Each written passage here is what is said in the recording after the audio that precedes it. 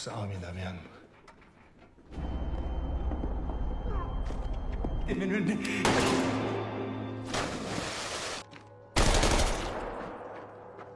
Halo, selamat datang di Aksa Movie 21. Semoga kalian dalam keadaan sehat dan dimudahkan urusannya. Melanjutkan episode sebelumnya, kali ini saya akan merangkum film Squid Game episode 6 dan 7. Semua pemain yang dikumpulkan diperintahkan untuk berbaris rapi, sementara pengawas menggeledah seluruh ruangan. Gi-hun mengikatkan jaketnya ke pinggang kakek 001 sehingga orang-orang tidak bisa melihat celananya yang basah itu. Kakek itu tersenyum dan berterima kasih kepada Gi-hun. Topeng Hitam memerintahkan agar permainan terus berjalan. Speaker pun berbunyi dan menyiarkan kalau permainan keempat akan dimulai, dan semua pemain mengikuti para petugas. Saat mereka keluar dari ruangan, terlihat Byung-ki dan 3 orang pengawas yang sudah meninggal digantung. Panitia menjelaskan kalau mereka yang digantung adalah orang-orang yang telah melanggar aturan untuk kepentingan sendiri. Panitia meminta maaf atas yang sudah terjadi dan berjanji kalau kejadian ini tidak akan terulang lagi. Di tempat lain, Junho memotret semua dokumen penting yang ada di tempat itu.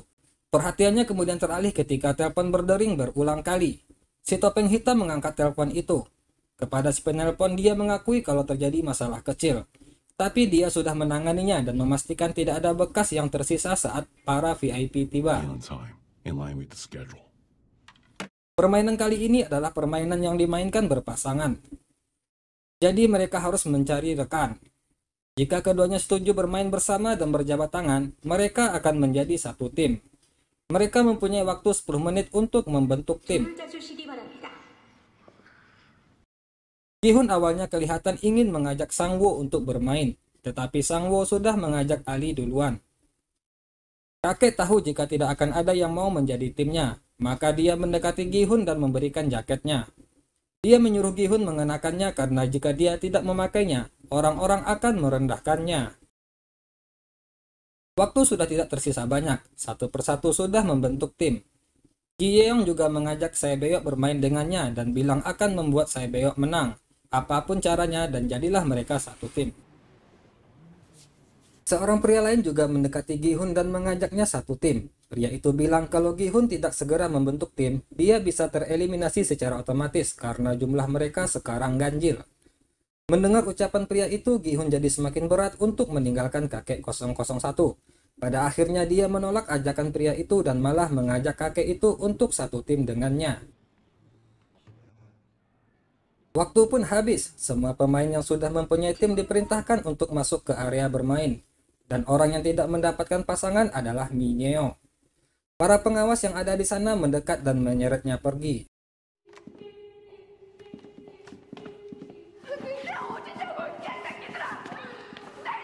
Permainan pun akan dimulai. Setiap tim dibawa ke tempat yang berbeda. Tempat mereka akan bermain kali ini seperti sebuah pemukiman penduduk. Melihat tempat itu, kakek 001 jadi teringat akan masa lalunya saat bermain bersama teman-temannya di gang rumahnya. Pengarah suara menjelaskan aturan permainan. Setiap pemain akan mendapatkan satu kantong yang berisi 10 kelereng. Gi-hun langsung menduga kalau mereka akan bermain kelereng. 001 menjadi lebih bersemangat karena dia sangat mahir bermain kelereng. Saking senangnya dia mengajak Gi-hun untuk menjadi geganbu. Geganbu adalah istilah untuk teman sepermainan yang sama sekali tidak perhitungan untuk berbagi kelereng bersama. Sayangnya tebakan Gi-hun salah. Awalnya semua orang mengira mereka membentuk tim dan akan melawan tim lain. Tetapi tidak, yang akan mereka lawan adalah rekan satu tim mereka sendiri. 10 kelereng yang dimiliki mereka harus bermain dan mendapatkan 10 kelereng milik pasangan mereka. Tidak boleh menggunakan kekerasan. Yang berhasil mendapatkan 10 kelereng pasangannya adalah pemenang.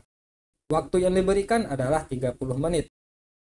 Permainan itu terdengar seperti mimpi buruk bagi para pemain, seperti Sang-woo dengan Ali dan 069 bersama istrinya. Gi-hun juga terkejut karena ini sangat berbeda dengan apa yang sudah dibayangkannya. Waktu terus berjalan. Sang-woo tidak ingin mereka membuang waktu dan mengajak Ali untuk segera bermain. Ali masih shock dengan peraturan yang ada karena itu artinya salah satu di antara mereka akan mati. Tapi permainan harus tetap berjalan. Akhirnya setelah perjuangan yang panjang, kakek 001 mau bermain. Dari awal bermain, kakek 001 sudah mempertaruhkan jumlah yang besar, dan dia pun menang. 몇 개 거셨어요? Sementara Deoksu meminta permainan diubah menjadi lempar kelereng. Orang yang berhasil melemparkan kelerengnya ke dalam lubang akan mendapatkan semua kelereng yang ada di tanah. Sang Wu sudah putus asa. Dia berlutut dan memohon kepada Ali untuk tidak membiarkannya mati. Jika dia mati di sini, keluarganya juga akan mati. Ali juga tidak tega, tapi dia juga tidak bisa berbuat apa-apa. Dia juga mempunyai keluarga. Deoksu dan 278 masih bermain lempar kelereng. Deoksu benar-benar berhasil membalikkan keadaan. Dia yang tadinya hampir kalah bisa mendapatkan beberapa kelereng kembali. Gi-hun sudah kalah. Dia salah menembak apa yang ada di genggaman tangan kakek 001. Tetapi kakek itu bertingkah seperti dia tidak mendengar ucapan dari Gi-hun. Sehingga Gi-hun bisa mengubah ucapannya tadi menjadi genap. Ali sangat mempercayai Sang Wu. Dia mau mengikuti rencana Sang Wu. Rencananya Sang Wu menyarankan agar mereka berpencar mencari apakah masih ada tim lain yang bermain atau tidak. Dia juga dengan baiknya merobek kain bajunya dan membuatnya menjadi tali gantungan kantong kelereng Ali. Menurutnya bahaya jika Ali memegang kelereng itu sambil berjalan-jalan. Deoksu masih terus bermain. Kelerengnya hanya tersisa satu. Kelereng lawan juga tersisa satu. Kelereng yang dilemparkannya tidak masuk ke dalam lubang, sementara kelereng yang dilempar lawan malah mengenai kelerengnya dan membuat kelerengnya masuk ke dalam lubang. Deoksu pun menang dengan keberuntungan.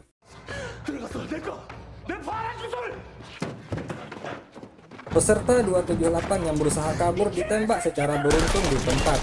Suara tembakan itu membuat perhatian Ali teralih sesaat, sehingga dia tidak menyadari saat Sang Wu menukar kelereng yang ada di dalam kantongnya.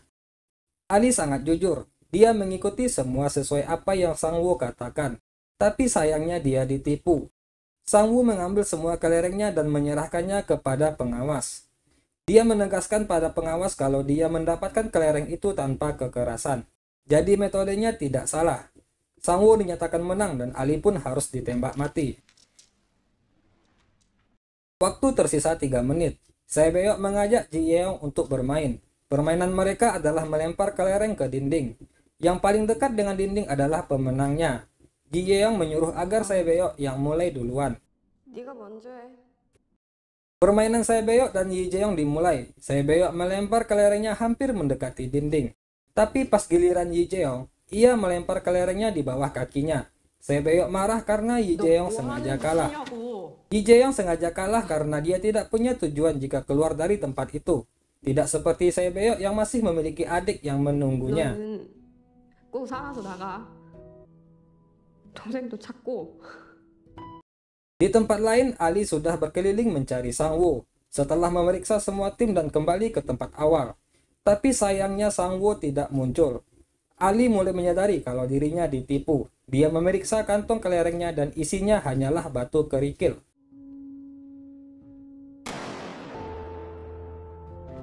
Begitupun dengan Yi Jae-yong. Sebelum tewas, dia mengucapkan terima kasih kepada Sae-beok karena sudah mau bermain dengannya. Di tempat lain, kakek 001 memberikan kelerengnya untuk Gi-hun. Dia berkata kita sudah berjanji untuk menjadi gegangbu pada satu sama lain. Dan kita berbagi segalanya. Terima kasih atas segalanya. Berkat kau aku bisa bersenang-senang sebelum pergi. Ucapannya itu membuat Gi-hun menangis. Demi permainan ini dia harus mengorbankan orang yang sudah seperti ayahnya. Tapi kakek itu tetap menenangkan dan bilang kalau dia baik-baik saja. Setelah mendengar itu, Gi-hun pergi. Dari arah belakang dia bisa mendengar suara tembakan pistol dan pengumuman tereliminasinya kakek 001. Seperti biasanya, semua tubuh pemain yang sudah tereliminasi dimasukkan ke dalam peti dan nantinya akan dikremasi. Semua pemain kembali ke ruang istirahat. Mereka kaget karena di ruang istirahat sudah ada seseorang yang tidur dengan nyaman di kasur. Itu adalah Mineo. Dia tersenyum lebar sembari melambaikan tangannya kepada semuanya. Deoksu sangat terkejut karena dia mengira kalau Mineo sudah disingkirkan. Ternyata Mineo otomatis masuk ke babak selanjutnya karena jumlah pemain yang ganjil dan tidak mendapatkan pasangan. Si topeng hitam kembali ke ruangannya. Tepat saat telepon berbunyi, dia memberitahu orang di seberang kalau mereka sekarang akan menyambut para VIP. Selesai menerima telepon itu, langkah topeng hitam tiba-tiba saja melambat. Dia menyadari kalau penyusup yang dicarinya ada di ruangannya, karena posisi gagang telepon berbeda dari sebelumnya. Namun tak lama kemudian dia mendapatkan laporan jika mereka menemukan mayat di pantai utara pulau. Jadi dia segera pergi dan tidak melanjutkan pencariannya. Jumlah pemain yang tersisa hanya 17 orang. Ruangan istirahat yang sebelumnya ramai dan penuh, sekarang terasa sangat lapang. Meskipun mereka sudah semakin mendekati akhir permainan, namun tidak terlihat raut kebahagiaan dari beberapa orang. Ada beberapa pemain yang masih terpukul atas permainan tadi. Di tempat lain, para VIP yang ditunggu oleh topeng hitam sudah tiba menggunakan helikopter. Kedatangan para VIP itu segera topeng hitam sampaikan kepada bosnya, yang merupakan tuan rumah yang mengadakan permainan ini. Berbeda darinya yang mengenakan topeng hitam, tuan rumah mengenakan topeng kucing full hiasan. Dia memberikan instruksi dan topeng hitam segera menyambut para tamu VIP. Topeng hitam mengucapkan selamat datang dan memperkenalkan dirinya sebagai frontman yang menjalankan dan mengawasi semua permainan di sini. Dia mengatakan tuan rumah tidak bisa menyambut karena ada urusan mendadak, sehingga tidak bisa hadir dan menyampaikan permintaan maaf. Para VIP untungnya tidak mempermasalahkan hal tersebut dan hanya ingin menikmati permainan. Mereka dituntun menuju ruangan mewah. Junho mulai bergerak. Dia berhasil melumpuhkan seorang pria yang bertugas menjadi pelayan bagi para VIP. Di tempat lain, lampu ruangan para peserta dinyalakan. Semua peserta terkejut karena peserta 069 yang kehilangan istrinya melakukan bunuh diri. Permainan kelima akan segera dimulai, dan semua pemain diperintahkan untuk menuju aula permainan. Di hadapan mereka sekarang ada 16 maneken yang mengenakan kaos bernomor 1-16. Sebelum permainan dimulai, para pemain disuruh untuk memilih satu maneken yang ada di depan mereka. Tanpa berpikir lama, beberapa pemain mulai memperebutkan angka yang ada di tengah. They always take the middle numbers first. Sementara yang lain sudah bergerak memilih nomor, Gi-hun masih saja bingung menentukan pilihannya. Sekarang hanya tersisa nomor 1 dan nomor 16. Di saat lagi bingung begitu, seorang pemain nomor 96 mendekatinya dan meminta agar ia diizinkan mengambil nomor 1. Alasannya karena selama ini dia selalu hidup bersembunyi di belakang orang lain, seperti pengecut dan tidak pernah menjalani hidup sesuai keinginannya. Untuk kali ini dia ingin lebih percaya diri menjadi yang pertama. Setelah semua orang memilih nomornya, mereka diarahkan ke sebuah ruangan. Di hadapan mereka ada sebuah jembatan panjang yang terbuat dari kaca. Permainan kelima ini adalah menyeberangi jembatan kaca. Jembatan itu terbuat dari dua macam kaca. Kaca keras dan kaca biasa. Kaca keras cukup kuat untuk menahan berat badan dua orang, namun kaca biasa akan pecah meski hanya diinjak satu orang. Mereka harus menebak pijakan mana yang terbuat dari kaca keras dan menginjaknya, lalu melewati 18 pijakan dengan selamat sampai ke seberang untuk menyelesaikan permainan. Mereka harus menyeberangi jembatan dalam waktu 16 menit secara berurutan sesuai nomor mereka. Artinya yang berada di urutan pertama sangat tidak diuntungkan. Permainan ini sangat menarik bagi para VIP, tapi salah satu VIP malah tertarik pada pelayan pria yang bertugas menuangkan whisky. Dia meminta pelayan pria itu duduk bersamanya, dan pria itu adalah Junho yang menyamar. Permainan sudah berlangsung hampir 2 menit, tapi pemain pertama masih juga belum melangkah. Para pemain yang ada di belakangnya sudah mulai marah dan berteriak untuk mulai maju, karena tidak ada waktu lagi. Deoksu juga sampai mengancam akan mendorongnya jika dia tidak kunjung maju. Akhirnya setelah pertimbangan panjang dan takut dengan ancaman Deoksu, pemain pertama akhirnya maju. Pijakan pertama dia memilih kaca sebelah kiri dan dia berhasil. Tapi pada pijakan kedua dia salah. Kaca pun pecah dan dia tereliminasi. Pemain berikutnya pun maju, dan mereka pun sudah banyak yang gagal dan tereliminasi.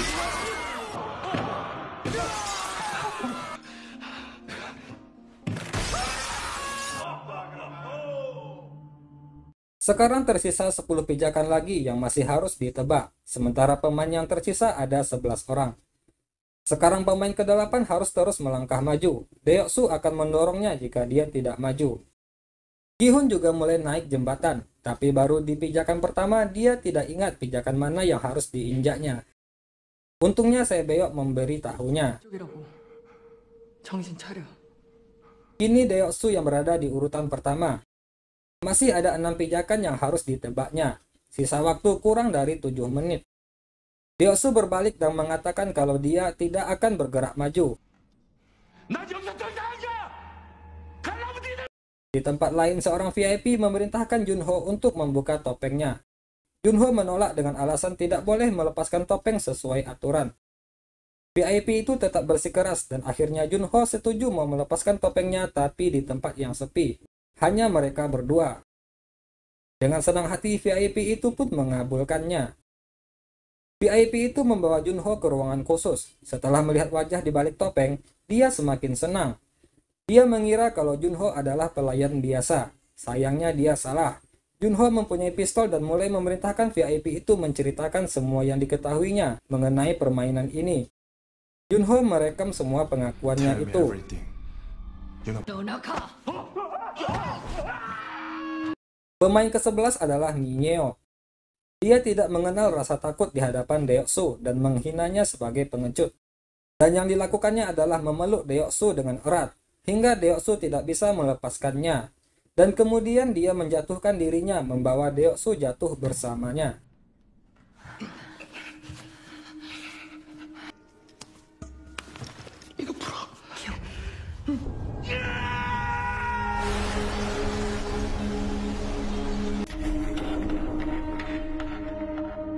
Topeng hitam curiga dengan VIP yang pergi dengan pelayan dan belum kembali.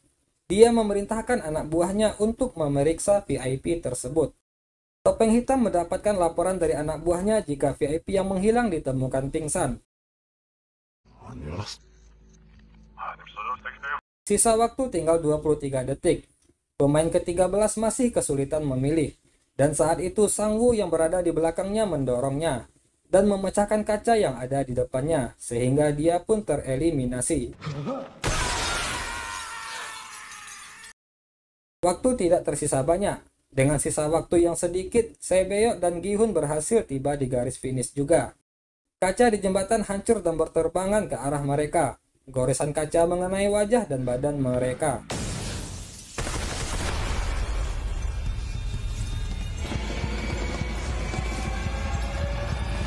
Topeng hitam sudah kembali ke ruangannya dan mendapati Junho yang kabur melalui pintu rahasia. Peralatan selam juga sudah hilang satu. Dia menyuruh anak buahnya segera bergegas mengejarnya. Baiklah, itulah ringkasan cerita episode 6 dan 7. Dan tunggu kelanjutan episode berikutnya. Akhir kata saya ucapkan terima kasih dan sampai jumpa.